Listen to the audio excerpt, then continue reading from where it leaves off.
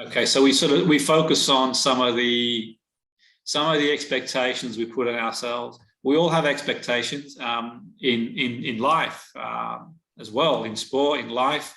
We've got expectations academically. Generally, it's a self-concept, the fear of what might happen. And I said before, I do encourage players to play without fear, in the sense that, when I say encourage players to fear without fear, in the sense that it's okay to be afraid, as long as you manage and alleviate that. We all have, and the way the brain works, you've got this sort of, the brain works in a way where it's constantly scanning for threat. So it's a natural process. It's how we manage that. And how we manage that, and how we carry on.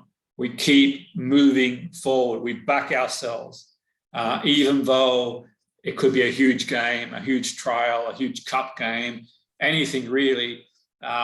Okay, it's normal and natural the way their brain works. The way the brain works, sort of cutting the jargon, imagine a threat activation, sort of scanning for danger.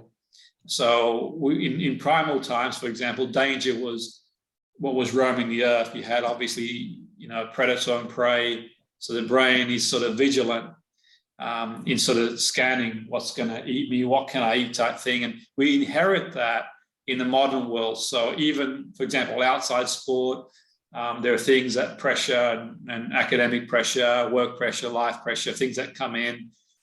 So from a sporting context, we begin to fear what might happen. What if I miss the penalty? What if I don't get a chance to trial again?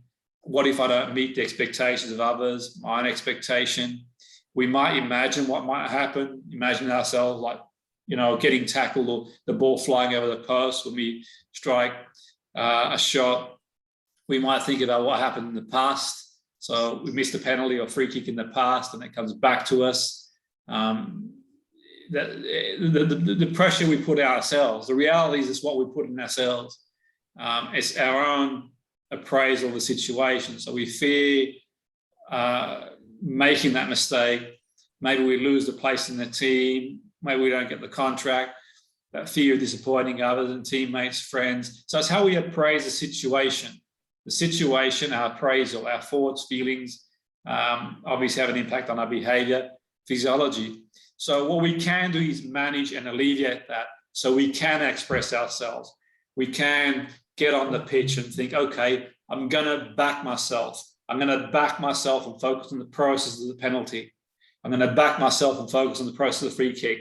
I'm on a 1v1 situation. I'm going to back myself to get around the opponent. Or if you're defending, I'm going to back myself to mark the player. I'm going to sort of back myself to do the best I can. There are controllable factors. There's uncontrollable factors. There are things we can control, things we can't control. So you might get a refereeing decision that goes against you. Things might not work in your favor. Sometimes we do play against opposition, better opposition on the day, for one reason or the other. And it's up to us to be able to analyze ourselves and improve and get better. So it might be they had a game plan against you and they execute that game plan really well, and you go back, and that's why profiling is really important. So when I say fear, and I mentioned about the primal brain, it's about accepting, okay, there will be an element, because we're all human, okay?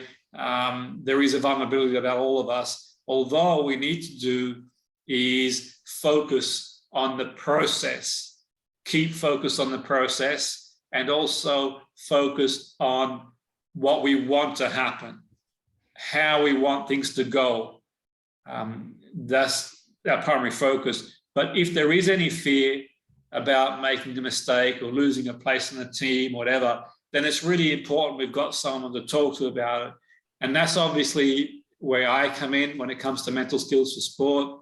If it's beyond that, obviously, if it's sort of beyond that, then there's a fine line in sport between clinical and performance. If someone's struggling for whatever reason, then it's not a substitute for clinical help.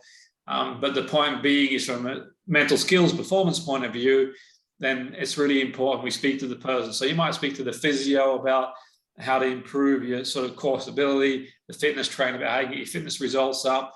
You speak to the coach about why you were left out of the team, not in a sort of, in a calm way, or maybe you got a trial coming up and you feel a bit of fear and think, okay, then you speak to the coach. You're open. It's okay. You feel that way, and by speaking about that, it can help manage and alleviate. As when you get on the field, you've got that sort of freedom to go out, and that's sort of what we're going to focus on in the next couple of weeks, because that stunts our performance. The fear and pressure we place on ourselves can overwhelm us at times, and that's not just in football. That's in many areas in sort of life, in school, whatever. So we need to stay focused on the process, on what you need to do in that moment, and find ways to deal with fear and pressure that we put in ourselves. And the next session we'll do is going to be around mindfulness, and obviously we cover a number of psychological strategies, NLP, hypnosis, and other strategies that can help towards that, to give yourself the best possible chance to succeed. That's what it's all about, the best possible chance to succeed. I'll send you the notes, guys. That's okay. I send the notes through to you as well. So there's no need to write things down for now. I'll send you through the booklets to work through the booklets. The manual I sent to you, so you can work your way through that and get a better understanding of the mind.